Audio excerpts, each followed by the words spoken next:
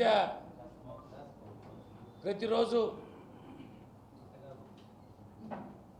ఎక్కడికి పోయినా కానీ నెల్లూరు పార్లమెంటుకి వైఎస్ఆర్ కాంగ్రెస్ పార్టీ తరఫున పోటీ చేసేటటువంటి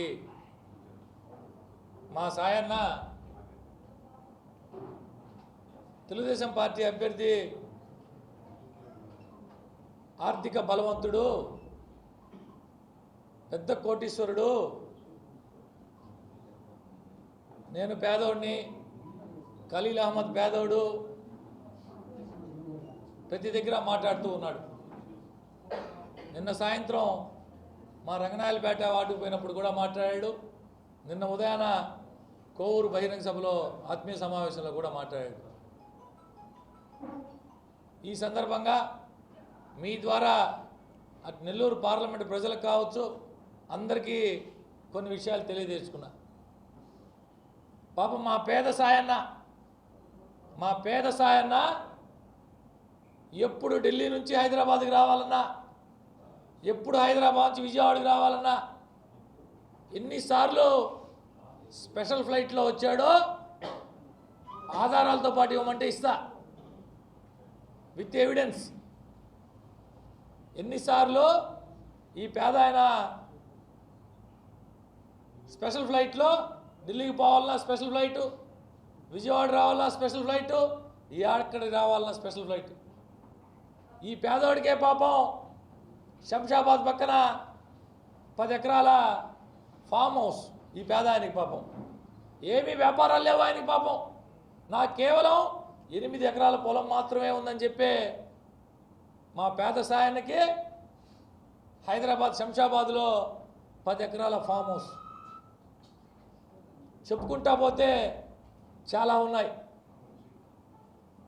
నేనేం చేస్తానో ఏం చేశానో రాబో రోజుల్లో నెల్లూరు పార్లమెంటుకి నేను ఈ పనులు చేస్తానని చెప్పుకోవాల్సింది పోయి వ్యక్తిగతంగా ఆయన కోటీశ్వరుడు, ఆయన అక్కడ సంపాదించాడు, ఆయన ఇక్కడ దోచుకున్నాడు, ఆ డబ్బులు పెడుతున్నాడు, లోతుగా మాట్లాడితే బాగోదేమని చెప్పి చాలా విషయాలు కామ్గా ఉండాల్సిన పరిస్థితి ఏర్పడతాం. నెల క్రితం వరకు అక్కడే ఉండి ఆ పార్టీలో ఉండి పనిచేసినటువంటి వ్యక్తిగా, చాలా విషయాలు తెలిసినటువంటి వ్యక్తిగా లోతుగా మాట్లాడితే మరీ బాగోదేమో, సంస్కారం అడ్డొస్తూ ఉంది కాబట్టి చాలా విషయాలు ఈ సందర్భంగా మాట్లాడట్లా. మా సాయనకు సంబంధించి, సాయన మీరు నెల్లూరు పార్లమెంట్కి ఏం చేయబోతున్నారు, మీరు నెల్లూరు పార్లమెంట్కి ఏం చేస్తారు అవి చెప్పుకోండి తప్ప బూటకపు హామీలు, కావలికి పోయి నేను ఎయిర్పోర్ట్ తీసుకొచ్చేస్తా 6 నెలల్లో, 5 ఏళ్ళు మనమే అధికారంలో ఉండాం, 5 ఏళ్ళు మన ప్రభుత్వమే అధికారంలో ఉండింది, ఎటపోయింది ఎయిర్పోర్ట్ గాలిపోయిందా? ఇటువంటి బూటకపు హామీలు ఇవ్వడం మానేసి ఏదైతే ఆచరణ సాధ్యం అవుతుందో ఇవి చేయగలుగుతామని చెప్పే ఉన్నాయో అవి చేసేదానికి, ఆ హామీలు ఇచ్చేదానికి ప్రయత్నం చేయమని ఈ సందర్భంగా మా సాయనకు చెప్తున్నా. 13వ వాడు ఎలా మార్దినకు పోయాడు, 6 నెలలు అండర్ పాస్ ఇచ్చేస్తా, 6 నెలలు అండర్ పాస్ ఇచ్చేస్తా అని చెప్పాడు. 5 ఏళ్ళు అధికారంలో ఉండేది మనమే సాయన్న, 5 ఏళ్ళు అధికారంలో ఉండేది మనమే. 5 ఏళ్ళు నువ్వు నెంబర్ 2లో ఉండేవు, ఈ 5 ఏళ్ళు నువ్వు పార్లమెంట్ సభ్యుడిగా ఉండవు, నీ సొంత జిల్లా ఏమైపోయావో అని అడుగుతున్నా.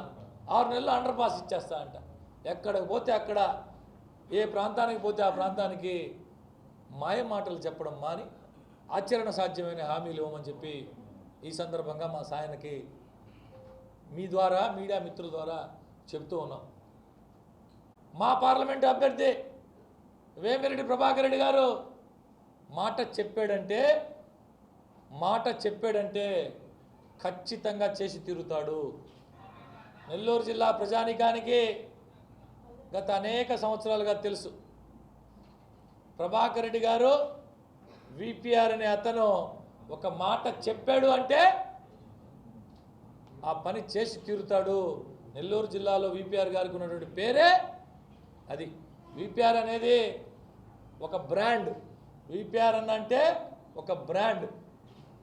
ఏదో ఊహించి, ఏదో ఆశించో, కొన్ని ప్రత్యేక పరిస్థితుల వల్ల ప్రత్యక్ష రాజకీయాల్లోకి వచ్చి ప్రజలకు సేవ చేయాలన్న ఆలోచనతో వచ్చి పనిచేస్తున్నాడు.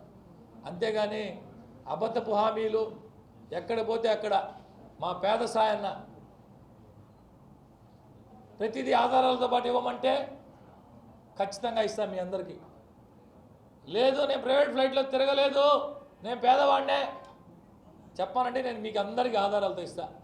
లేదంటే రేపు ఈ ఆఫీస్ మూసేసి రాజకీయాలను తప్పుకుంటా. నాకు ఫామ్ హౌస్ లేదు అని చెప్పానండి శంషాబాద్లో మా పేద సాయన్నకి, నేను కామ్ అయిపోతా. ఎందుకు సాయన్న ఈ మాటలు? ఇంతకుముందే చెప్పా, ఇది విశాఖపట్నం కాదు, ఇది నెల్లూరు. నెల్లూరు ప్రజలు చాలా రాజకీయ చైతన్యం కలిగినటువంటి ప్రజలు. కాబట్టి ఎక్కడైనా మాట్లాడే ముందు స్థానిక సమస్యల మీద నేను ఏం చేస్తాను, ఏం చేయబోతానని చెప్తే మంచిదని చెప్పి ఈ సందర్భంగా తెలియజేస్తాను.